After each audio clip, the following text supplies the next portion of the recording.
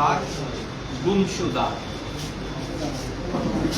बाढ़ के लिए प्राकृतिक आपदा के साथ साथ भाजपा सरकार की लापरवाही, नाकारापन, निकम्मापन भी जिम्मेवार है। आज 2300 से ज्यादा गांव बाढ़ से ग्रस्त हैं। सरकारी आंकड़ों के मुताबिक ही 10 लाख एकड़ भूमि जो पोर्टल पे रजिस्टर हुई है वो पूरी तरह से वहां फसल नष्ट हो गई है। असल में ये संख्या लगभग 15 लाख एकड़ है। जल निकासी का कोई प्रबंध नहीं है।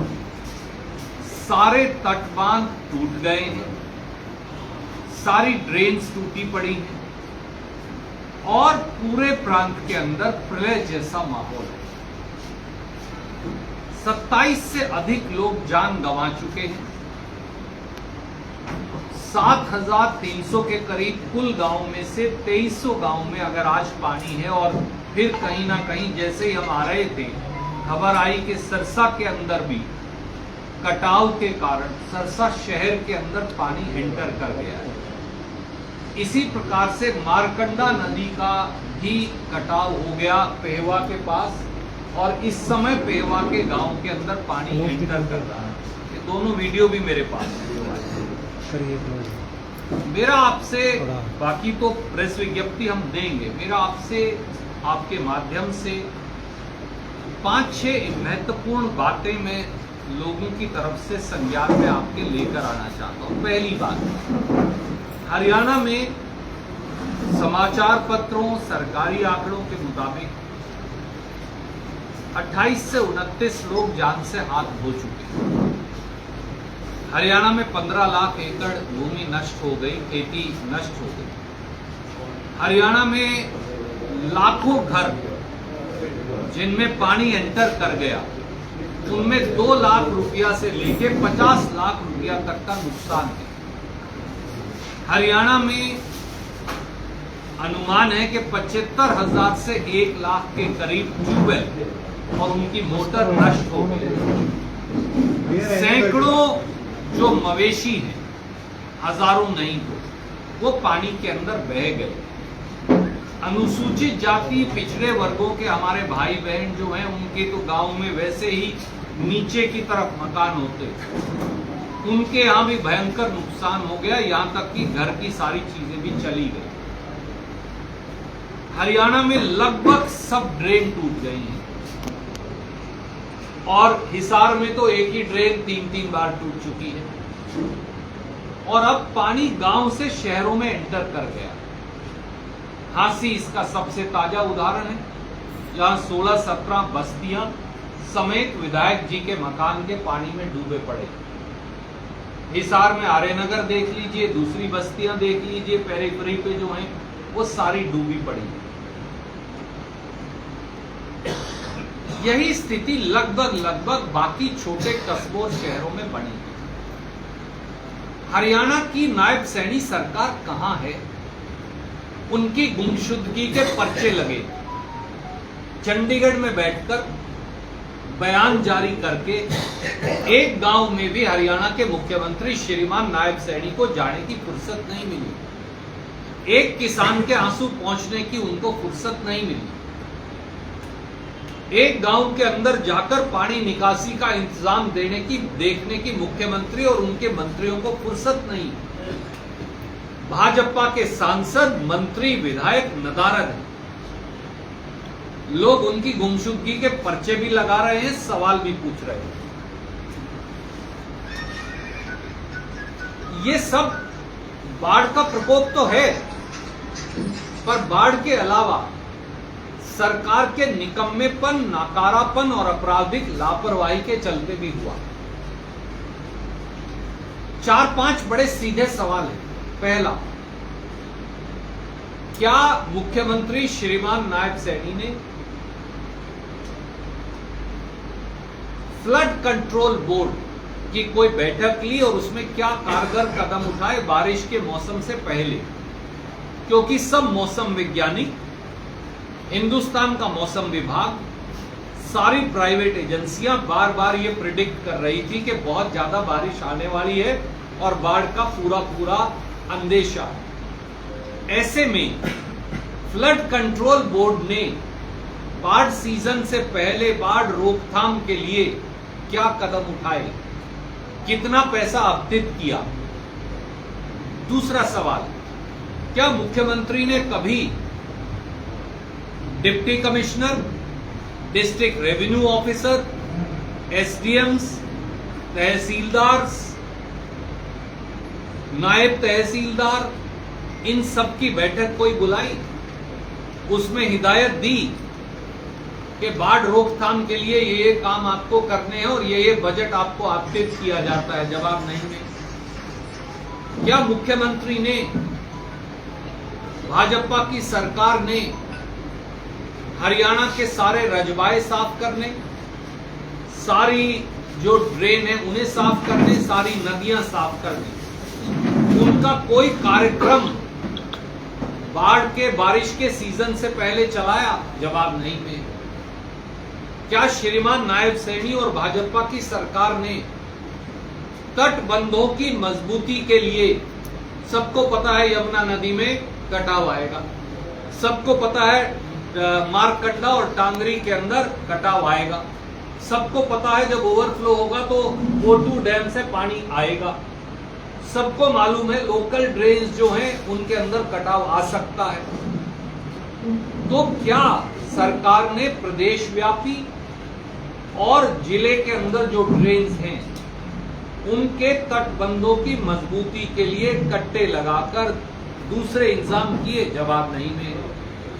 क्या नायब सैनी जी और सरकार ने पहले से ही इंजन और मोटरों का इंतजाम तहसील लेवल पर, जिला लेवल पर और प्रदेश स्तर पर किया? पंपिंग सेट्स लगवाए कि हिसार में जब पानी आएगा तो गंगवा में अमुक जो हमारी ड्रेन है उसके ऊपर पंपिंग सेट होना चाहिए, टांगरी नदी पर अगर पानी खींचकर डालना है तो अमुक अमुक जगह पर पंपिंग सेट होने चाहिए? क्या ऐसा कोई इंतजाम किया? जवाब नहीं है। तो साहब, आप सरकार चला रहे हैं या सर्कस? आप कर क्या रहे? अब हमारी मांग क्या है, बस इतना ही कहकर मैं मेरी बात को समाप्त करूंगा। श्रीमान नायब सैनी और भाजपा की सरकार को अपनी कुंभकर्णी नींद से और कैकेयी की हठधर्मिता से जागना चाहिए और लोगों के घाव पर मरहम लगाना चाहिए। हमारी मांग इस प्रकार से, बाढ़ आ सकती है तो मैं मानता हूं, एक दिन में कोई पानी नहीं निकाल सकती सरकार, मैं ये भी मानता हूं। अगले 15 दिन में शहर और गांव की आबादी से एक मिशन मोड में पानी की निकासी का प्रबंधन हो। उसके अगले 15 दिन में गांव की आबादी से, खेत से और खलिहानों से पानी की निकासी का पूरा प्रबंध हो, चाहे पंपिंग सेट्स लगाने की जरूरत हो, चाहे स्पेशल ड्रेन्स खोदने की जरूरत हो टेम्परेरी, तो पोर्कलेन मशीन आती हैं विद चेन्स, अगर उन्हें नहीं मालूम तो मैं बता देता हूं, उससे ये किया जाए और 30 दिन के अंदर पूरे प्रदेश से पानी निकासी हो। नंबर 2, वो 28 या 29 परिवार जिन्होंने अपने परिवारजन खोए, जिनकी मौत हो गई, उनके परिवारों को 50 लाख रुपए का मुआवजा मिले। किसान की 15 लाख एकड़ के करीब फसल नष्ट हो गई, उसके साथ पोर्टल खेलना बंद करिए और 1 हफ्ते के अंदर तहसीलदार, कलेक्टर, एसडीएम को लगाकर स्पेशल गिरदावरी करिए और किसान को 15 दिन के अंदर 50,000 रुपया प्रति एकड़ का मुआवजा दीजिए। जिन खेतों में, बहुत सारे ऐसे खेत हो जाएंगे जिनमें फसल बीजी नहीं जा सकती, कणक की भी, गेहूं की भी, वहां 1 लाख रुपए का मुआवजा दीजिए, क्योंकि 2 फसलों का मुआवजा देना पड़ेगा। जो ट्यूबवेल और इंजन नष्ट हो गए हैं, वो 70,000 हैं, 1 लाख हैं, 1.5 लाख है, वो तो सर्वे में आ जाएगा। कृपया करके उन सारे ट्यूबवेल्स के लिए और इंजन्स के लिए, उनको रिस्टोर करने के लिए 75,000 रुपए से 1 लाख रुपए तक का मुआवजा दें। किसकी कितनी गहराई है उसके आधार पर। जो मवेशी बह गए या मर गए उनके लिए 1 लाख रुपया प्रति भैंस या गाय का मुआवजा दिया जाए, और अगर वो कट्टा या फिर कट्टी है उसके लिए अकॉर्डिंगली थोड़ा कमेंसरेट कम हो जाए। जो सारा इंफ्रास्ट्रक्चर टूट गया है, स्कूलों में पानी है, गांव की सड़कों के अंदर पानी है, गांव की लिंक रोड पर पानी है, स्टेट हाईवे पर पानी है, नेशनल हाईवे पर पानी है। नेशनल हाईवे भारत सरकार करेगी, मैं मानता हूं, पर बाकी सब तो आप करेंगे। अगले 1 महीने के अंदर उन सबको पुनर्निर्माण और मुरम्मत करवा दिया जाए। आज गांव के अंदर इन 2300 गांव में पीने के पानी की भयंकर समस्या बन गई है, क्योंकि वाटर वर्क्स और ट्यूबवेल डूब गए। गांव वालों के पास हम कई गांव के अंदर जाकर आए। हम बदावड़ गए, अपन डाटा गए, गुराना गए, खानपुर गए और साबरवास गए। इन सारे गांव में जाने के बाद ये साफ है कि किसी गांव में पीने का पानी नहीं है, और टैंकर की व्यवस्था भी सरकार ने नहीं की। तो फौरन हर गांव के लिए टैंकर की व्यवस्था हो, जो आरओ का पानी दे, और जितना जल्दी हो सके वाटर वर्क्स को रिस्टोर किया जाए, ताकि गांव में पानी लोग बच सके। ये कुछ कदम है। और जो आबादी के अंदर वाले मकान नष्ट हो गए, ढाणियों वाले मकान 100% नष्ट हो गए।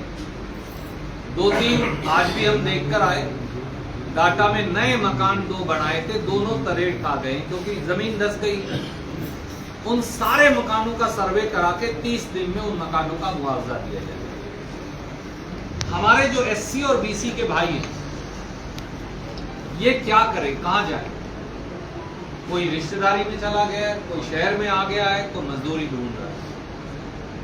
उन परिवारों को भी, जहां आप किसान को 50,000 रुपया प्रति एकड़ मुआवजा देंगे, इन सारे परिवारों को, अनुसूचित जाति और पिछड़े वर्गों के वो सारे परिवार जो आज रोजगार विहीन हो गए, उनको भी एक मुश्त 50,000 रुपया प्रति परिवार का इमीडिएट मुआवजा दिया जाए। जिन परिवारों का सामान नष्ट हो गया, हमने ये पहले किया था, आपको याद हो तो, जब 1993 में बाढ़ जब आई थी तब भी की, 1996 में, माफ कीजिए, मैं उन दिनों विधायक था, मुझे इसलिए याद है। उनके लिए बर्तन, घर का सामान और कुछ बेडिंग, उसका इंतजाम हो उन एससी-बीसी परिवारों के। उस समय हमने किया था, आप खड़े हैं, आप हैं, आपको याद भी, कम से कम उन गरीबों के लिए ये इंतजाम, ये हमारी मांग है।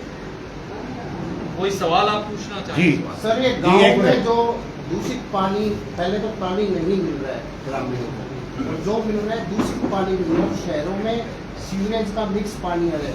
तो क्या लगता है कि महामारी, बीमारियां कितना फैलने का खतरा है? क्या लगता है, क्योंकि बीमारियां नहीं फैलेगी आगे? ऐसा, मैं आपसे, आपकी बात से संपूर्णतः सहमत हूँ। मैंने इसलिए आज वो बात रेज नहीं की कि जैसे ही पानी उतरेगा अगले 15 से 30 दिन में, महामारी और बीमारी, शहर हो गांव हो, बीमारी ये इस बात का भेदभाव नहीं करती, वो आएंगी।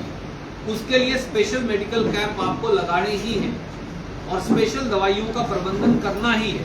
इस बात के लिए भी सरकार चौकन्नी रहे कि पहला, साफ पानी मिले, कस्बे हो, गांव हो, शहर हो, और दूसरा, जैसे ही पानी उतरेगा महामारी और बीमारियां आएंगी और कई तरह की आएंगी, उनका इंतजाम।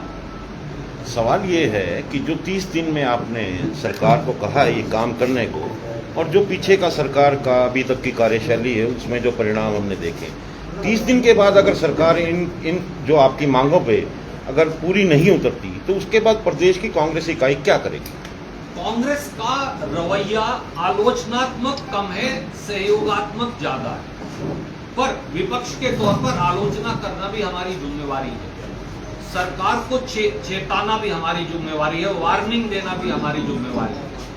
इसलिए आज हम सरकार को चेता रहे हैं। जिला कांग्रेस कमेटी के अध्यक्ष यहाँ बैठे हैं, पूर्व मंत्रीगण यहाँ बैठे हैं, कांग्रेस के AICC के मेंबर और सब नेतागण यहाँ हैं। हम आज सरकार को चेता रहे हैं, कृपया करके जाग जाइए, कुंभकर्ण की नींद छोड़िए, हेलीकॉप्टर से नीचे उतर जाइए, हवाई बातें मत करिए और कृपया करके लोगों की सुध दीजिए। नहीं तो आज हम इसलिए आंदोलन नहीं कर रहे कि लोग तो बेचारे इस समय अपनी मुसीबतों से जूझ रहे हैं, हम सड़कों पर आंदोलन करें तो उचित नहीं होगा। आज हम सरकार को जगा रहे हैं, जरूरत पड़ेगी तो सड़क से विधानसभा तक आंदोलन भी होगा। रणदीप जी, अब जिस तरह से पिछले एक सप्ताह से पूरे हरियाणा में स्थिति है, हालांकि सरकार तो बार बार ये कह रही है कि हम लोग तैयार हैं किसी भी स्थिति से, तो इस 7 दिनों में जिस तरह से हरियाणा की स्थिति बनी, आपको लगता है जो सरकार ने जो काम किए हैं 7 दिनों में इसको रोकने के लिए या राहत के, उससे आप सेटिस्फाई हैं विपक्ष के तौर पर? काम अगर मैं सेटिस्फाई होता तो शायद मैं यहाँ होता ही नहीं। इन सारे गांव के अंदर जब हम गए, 1 दर्जन के करीब, आधा दर्जन से अधिक गांव के अंदर हम सारे साथी गए, साफ तौर से लोगों ने कहा सरकार का कोई राजनीतिक नुमाइंदा नहीं है। क्यों श्रीमान नायब सैनी के पांव में मेहंदी लगी है कि वो पानी देखने नहीं जा सकते, मरहम लगाने नहीं जा सकते, मुसीबत जानना खुद नहीं जा सकते, क्यों उनके मंत्रीगण नहीं गए? दूसरा,